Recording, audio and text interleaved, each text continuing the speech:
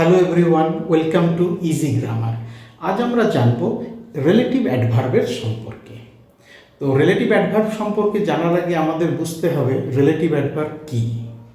Relative adverb হচ্ছে সেই সব অ্যাডভার্ব যা দুটো বাক্যকে যুক্ত করে এবং তার পূর্ববর্তী শব্দ অথবা অ্যান্টিসিডেন্টের সাথে সম্পর্ক নির্দেশ করে।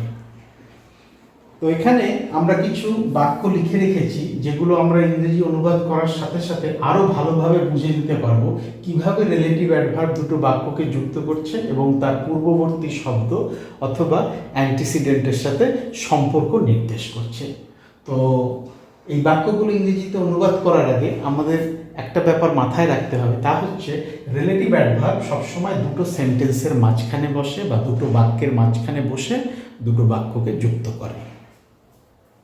এই সেই গ্রাম যেখানে আমরা বাস করতাম, এখানে যেখানে শব্দটা দিয়ে আমরা দুটো ভিন্ন সেন্টেন্সকে অ্যাড করেছি।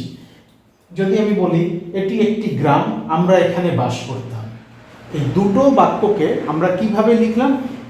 এই সেই গ্রাম যেখানে আমরা বাস করতাম। This is the village where we used to This is the village where we used to live. এখানে where শব্দটা হচ্ছে রিলেটিভ অ্যাডভার্ব আর তার পূর্ববর্তী শব্দ কোনটা?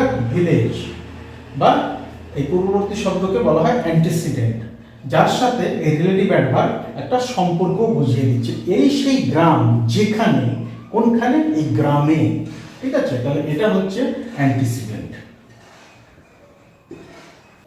দ্বিতীয় সেন্টেন্সটা দেখো,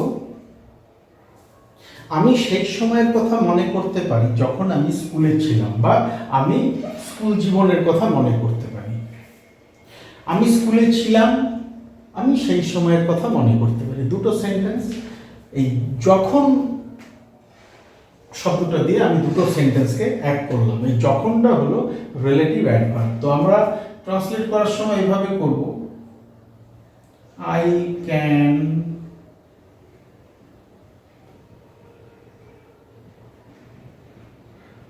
remember the time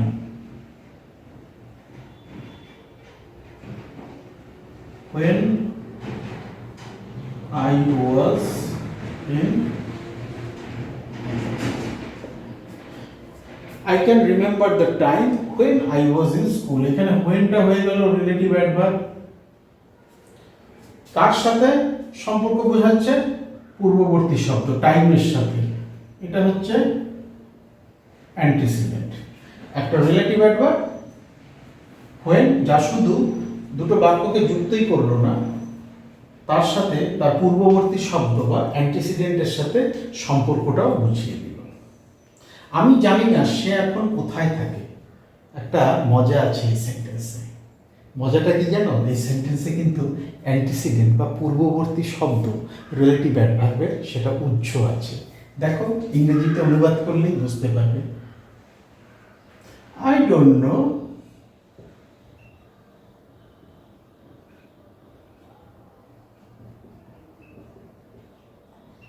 where he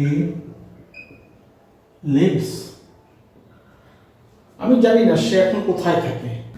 তো এখানে হোয়ারটা হয়ে গেল রিলেটিভ অ্যাডভার্ব, কিন্তু এই রিলেটিভ অ্যাডভার্বের কোনো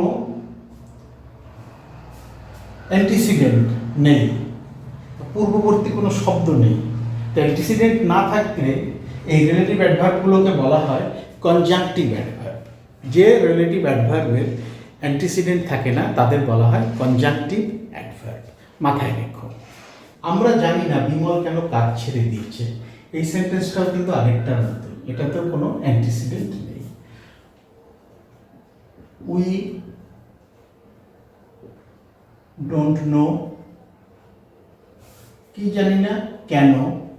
why Bimal left the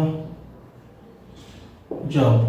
We don't know why Bimal left the job. আমরা জানি না কেন বিমল কাজ ছেড়ে দিয়েছে।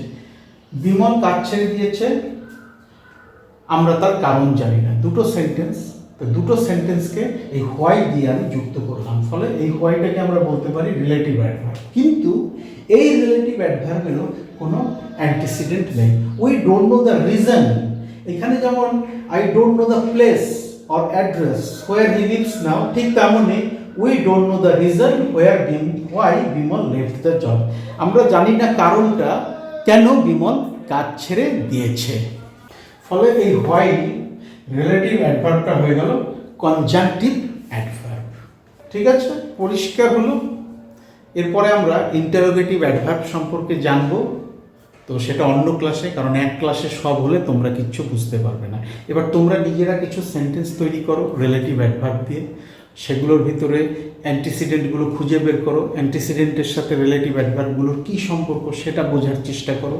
যেভাবে আমি কয়েকটা সেন্টেন্স লিখেছি এই ধরনের, যত প্র্যাকটিস করবে ব্যাপারটা তত ইজি হয়ে যাবে। এমনিতেই বিষয়টা ভীষণ সহজ।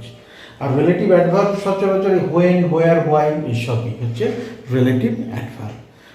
তো তোমাদের সাথে আবার পরের ক্লাসে দেখা হচ্ছে। যদি কোনো প্রশ্ন থাকে কমেন্ট সেকশনে জানাতে পারো, অথবা ডেসক্রিপশন বক্সে আমার ইমেল অ্যাড্রেস এবং ফেসবুক আইডি দেওয়া আছে, সেখানেও তোমরা আমার সাথে যোগাযোগ করতে পারো। Thank you so much for your time and attention and have a nice day.